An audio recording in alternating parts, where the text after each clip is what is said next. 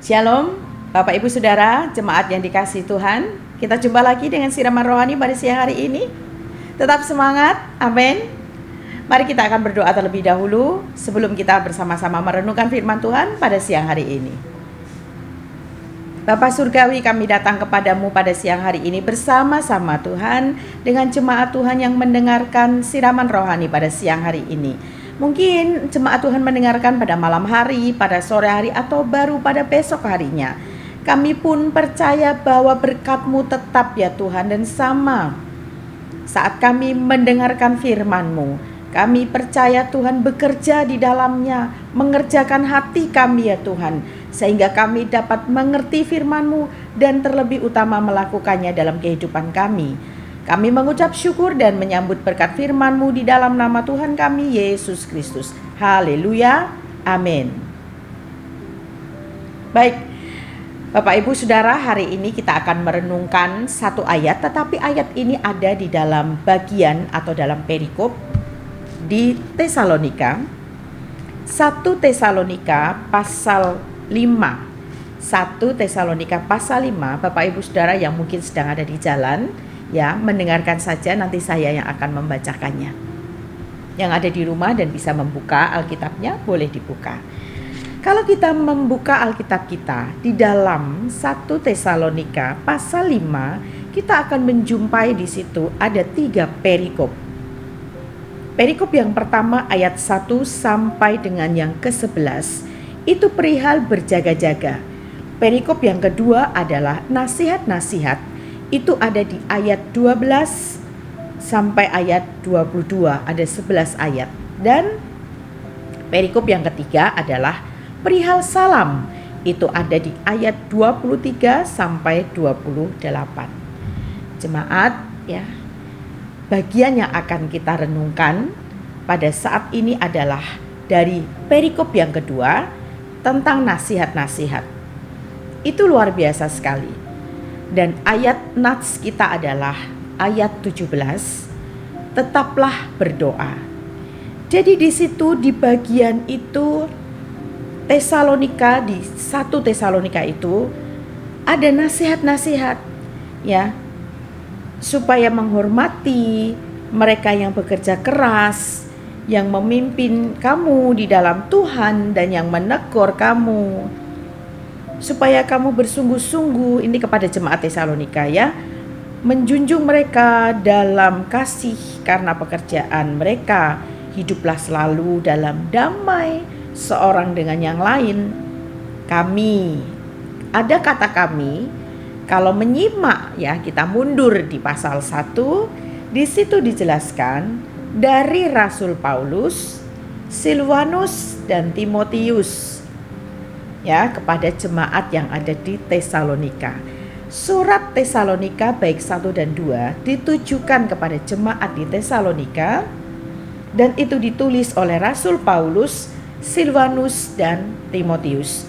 Maka di ayat itu kita jumpai kami, kata kami menasihati kamu, kemudian 15, 16 bersukacitalah senantiasa, 17 tetaplah berdoa. Di dalam segala hal, dari berjaga-jaga, nasihat-nasihat, salam, ada utamanya adalah damai, ada keteduhan, hiduplah dalam damai satu dengan yang lain. Perhatikanlah mereka yang bekerja keras, ya, untuk memelihara imanmu. Perhatikanlah mereka yang memimpin kamu dalam Tuhan. Artinya perhatikanlah para hamba Tuhan itu, ya. Terus di dalam kamu sendiri, jemaat Tesalonika ini diberikan dorongan, diberikan semangat, keteguhan oleh Rasul Paulus, Silvanus dan juga Timotius, bahwa ini loh yang harus kamu lakukan dalam hidupmu sebagai orang-orang Kristen, sebagai orang-orang percaya, sebagai pengikut-pengikut Tuhan. Dan saya tertarik untuk hari ini kita merenungkan di ayat 17 yang di situ dituliskan tetaplah berdoa. Bapak Ibu Saudara, jujur, ya, ini tidak salah, sekali lagi saya akan awali dengan tidak salah. Berapa banyak kita menjumpai saudara kita ketika kita berada dalam pergumulan, dalam persoalan dan masalah, lalu kemudian ataupun diri kita sendiri gitu ya, kita sudah mentok, akhirnya orang mengatakan, ya sudah Pak, karena sudah tidak tahu lagi apa yang harus dilakukan. Ketika dokter give up, ketika mungkin kita mentok dengan jalan kita dan cara kita, nasihat terakhir ataupun cara yang terakhir yang akan orang dorongkan kepada kita adalah bawalah dalam doa, berdoalah. Jadi doa menjadi sesuatu senjata terakhir gitu loh. Kalau sudah mentok jalan buntu, gak ada cara lain selain berdoa. Ini tidak salah, caranya adalah dengan berdoa, tetapi juga kurang tepat kalau menurut firman Tuhan. Dan firman Tuhan bilang tetaplah berdoa. Bahasa Yunaninya adalah berdoa tanpa jeda, berdoa tanpa henti. Tapi bukan berarti kita terus 24 jam, bukan. Artinya dalam kondisi kita bekerja, kita merintis usaha lagi setelah dari kita usaha kemudian ditatar puruk, kita merintis usaha lagi dari awal. Dalam pikiran kita pun ketika kita menulis konsep, kita berdoa. Ketika kita pergi ke dokter, aduh Tuhan, dokter mana lagi yang harus, itu di dalam pikiran kita pun kita berdoa. Tidak harus selalu sujud gitu kan sampai 24 jam sehari, tidak. Tetapi bagaimana pikiran kita pun tetap berkomunikasi dengan Tuhan. Jadi kata tetaplah berdoa artinya tanpa henti. Jangan tunggu ketika ada masalah terus mentok kamu baru berdoa. Tetapi tetaplah berdoa, mengucap syukur, berdoa untuk berkat Tuhan, berdoa untuk hari itu nafas kita, berdoa untuk matahari, berdoa untuk alam semesta yang Tuhan beri, berdoa untuk rumah yang Tuhan kasih, berdoa untuk tempat tinggal walaupun masih kontrak ya, tapi kita masih bisa tinggali sampai hari itu. Berdoa dimanapun kita berada, tetap kita berkomunikasi. Berdoa, tetaplah berdoa artinya berdoa tanpa henti, berdoa tanpa jeda. Yang pertama berarti itu berdoalah yang teratur. Bangun tidurkah, mau tidurkah, mau makankah, ketika dudukkah, dalam perjalanankah, di dalam hatimu, dalam pikiranmu. Berdoalah terus menerus. Bahkan sampai pikiran kita itu juga berkomunikasi dengan Tuhan. Kita mengucap doa di dalam pikiran kita. Tuhan kira-kira, Tuhan kira-kira, Tuhan kalau begini, Tuhan kalau begini. Kan enak ya ngomongnya sama Tuhan. Yang kedua, kita memelihara semangat berdoa. Jadi kalau sekali waktu kita ada di tempat persekutuan, lalu tiba-tiba kita, ibu ini atau bapak ini silahkan berdoa. Ih jangan deh, jangan saya, yang lain dulu. Kita gak akan begitu lagi. Ya, kita gak akan begitu lagi. Kita bangun semangat berdoa dalam diri kita. Aku harus berdoa. Aku sendirian, aku di doa syafaat bersama orang-orang, bersama dengan jemaat Tuhan yang lain.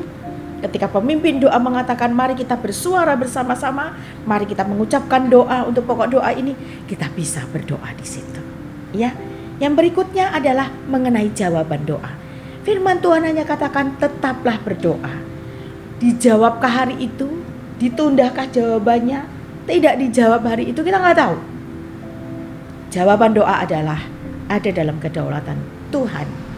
Tetapi nasihat firman Tuhan adalah keep pray, tetaplah berdoa. Mari kita tetap berdoa. Kapan waktunya? Setiap waktu. Di mana? Di mana saja. Dengan cara apa? Apa saja. Bagaimana cara kita berdoa bahasanya? Bahasa kita sendiri.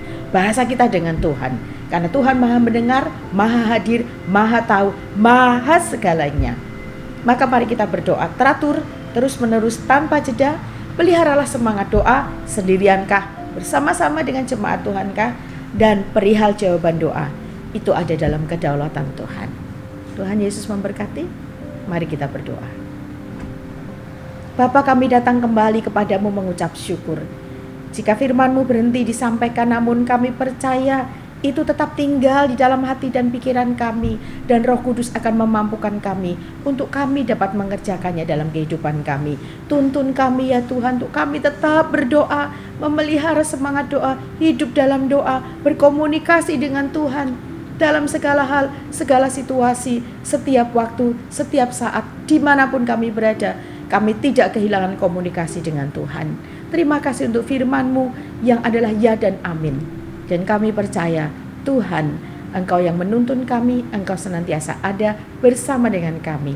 Terima kasih Tuhan untuk berkat firman-Mu. Kami mengucap syukur dan menaikkan doa kami di dalam nama Tuhan kami, Yesus Kristus. Haleluya. Amin.